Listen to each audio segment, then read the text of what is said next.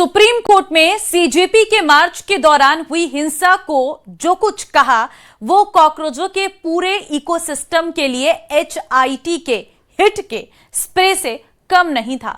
Managing editor Amish Devgan की देखिए ये खास रिपोर्ट। कॉन्फिडेंस की बुरी बात यह है कि वो कब सिर पर चढ़ जाता है पता ही नहीं चलता, और जो कॉन्फिडेंस सिर पर चढ़ जाए उसे ओवर कॉन्फिडेंस कहते हैं, हम सब जानते हैं। अब यक्ष प्रश्न यह है कि धर्मेंद्र प्रधान का इस्तीफा कॉकरोच जनता पार्टी के लिए कॉन्फिडेंस से ओवर कॉन्फिडेंस में ट्रांसफॉर्म होने वाला एक मूवमेंट है। यह ख्याल सौरभ दास के एक बयान देखकर बार बार जहन में कौंध आ रहा है।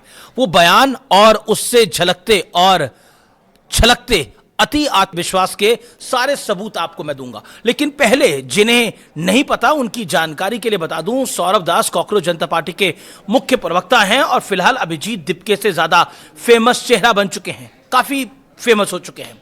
मंगलवार को सुप्रीम कोर्ट में सीजेपी के मार्च के दौरान हुई हिंसा को लेकर सुनवाई हुई। इस दौरान ऑनरेबल सुप्रीम कोर्ट ने जो कुछ कहा वो कॉकरोचों के पूरे इकोसिस्टम के लिए हिट के स्प्रे के से कम नहीं था।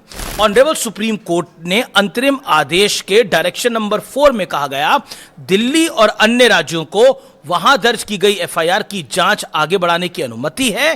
कोर्ट ने 18 साल से कम उम्र के प्रदर्शनकारी जिनका कोई क्रिमिनल रिकॉर्ड नहीं है उन्हें तुरंत रिहा करने की बात तक कह दी। साथ ही जिन पर पहले से कोई केस नहीं है उन पर फिलहाल सख्त एक्शन नहीं करने की हिदायत दी। ध्यान दीजिए, यहां कोर्ट ने फिलहाल शब्द इस्तेमाल किया है। साथ ही यह भी कहा कि अगर किसी भी प्रोटोकॉल का उल्लंघन हुआ है तो कानून को अपना काम करना ही चाहिए।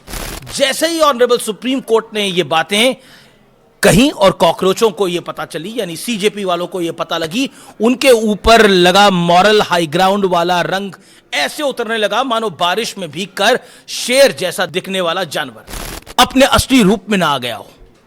इसके बाद वो सीन में आते हैं जिनका परिचय मैंने शुरुआत में आपको दिया था। नाम है सौरभ दास।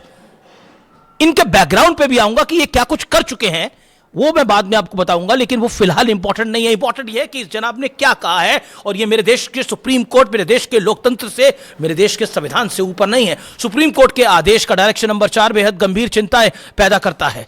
सुप्रीम कोर्ट का आदेश सरकार के वादे के विपरीत है, सौरभ दास कहते हैं, जिसमें कहा गया था कि सबकी FIR वापस ली जाएगी, किसी भी आंदोलनकारी को परेशान नहीं किया जाएगा। इसके बाद की लाइन पर गौर फरमाइएगा। मैं फिर कहता हूं सौरभ दास की ये लाइन क्या है, सुनिए जरा और आपको मैं बताता हूं। सौरभ दास ने क्या कहा, the court uninformed order is therefore Holi unacceptable.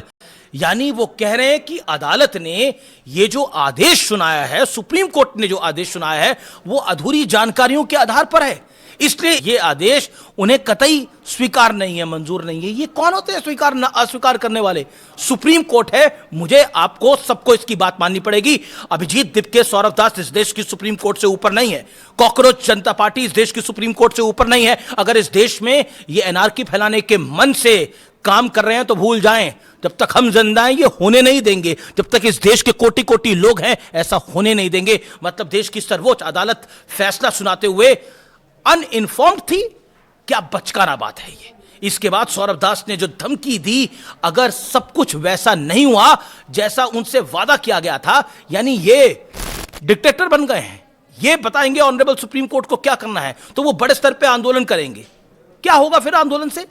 यह भी कहा कि सरकार को बिना देर किए एक एक व्यक्ति की FIR रद्द करनी चाहिए, उसकी भी FIR रद्द करनी चाहिए। मैं आपसे पूछता हूं, जिसने पुलिस के जवानों को मारा, जिसने RF के जवानों को मारा, जिसने और भी बहुत बहुत गलत काम किए, क्या उनकी भी धाराएं रद्द करनी चाहिए जिन्होंने पत्थर बरसाए?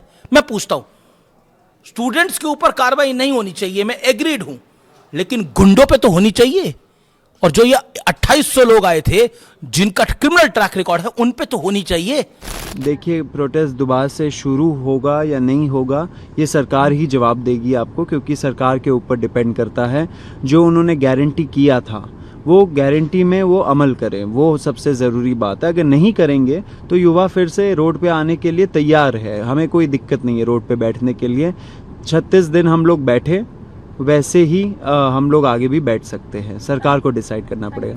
स्टूडेंट्स के कथित हितैषियों की ऐसी भाषा होती है कि मैं आपसे पूछता हूं, इन्हें क्या लगता है कि यह सोमालिया है जहां धमकियों और फिरौतियों का राज चलता है? यह नया भारत है, यहां सिर्फ और सिर्फ कानून का राज चलता है। यहां देशभक्त भारतीयों से कोई बैर नहीं है, लेकिन दंगाइयों, उपद्रवियों और राष्ट्र विरोधियों की खैर नहीं है।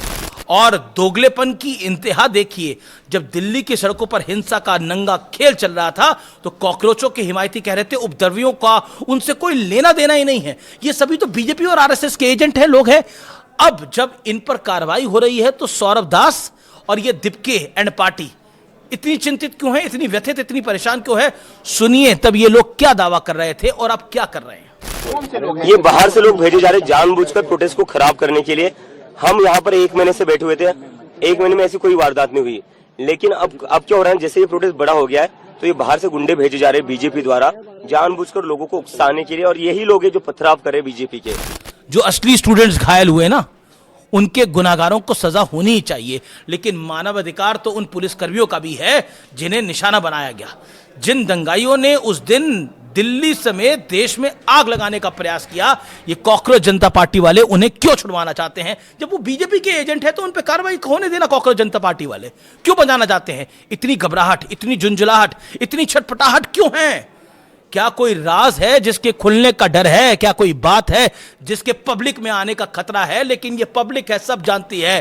2 दिन तो खेल चल गया, लेकिन आगे नहीं चलने वाला है। दिल्ली पुलिस के फेशियल रिकॉग्निशन सिस्टम से पता चला है कि 2873 लोगों के क्रिमिनल ट्रैक रिकॉर्ड रहे हैं। सीसीटीवी फुटेज और एआई आधारित फेस रिकॉग्निशन से मैच हुए हैं। इनमें 989 यानी 990 के करीब लोग गंभीर जघन्य अपराधों से जुड़े थे। 201 पर हत्या मर्डर केस हैं, 62 पर तो अटेम्प्ट टू मर्डर है, 284 पर डकैती, 61 पर रेप, 6 पर पॉस्को, 25 पर मोलेस्टेशन और 229 पर आर्म्स एक्ट, 135 पर स्नैचिंग, 19 पर किडनैपिंग का केस दर्ज है। सोचिए किन किन को बचाना चाहते हैं ये कॉकरोच जनता पार्टी वाले, और ये सुप्रीम कोर्ट पे सवाल खड़ा करते हैं, उसकी बात नहीं मानने की बात करते हैं कि इनकी जांच नहीं होनी चाहिए। मैं आपसे पूछता हूं, ये पता नहीं होना चाहिए कि अपराधी वहां खुद से पहुंचे या फिर उन्हें वहां किसी ने बुलाया था? लेकिन जांच से पहले ही ये सीजेपी वाले इन्हें आजाद क्यों करना चाहते हैं? मन में सवाल उठा, लेकिन कहते हैं ना, काट के आंडी बार बार नहीं चढ़ती, अब की बार नहीं चढ़ेगी।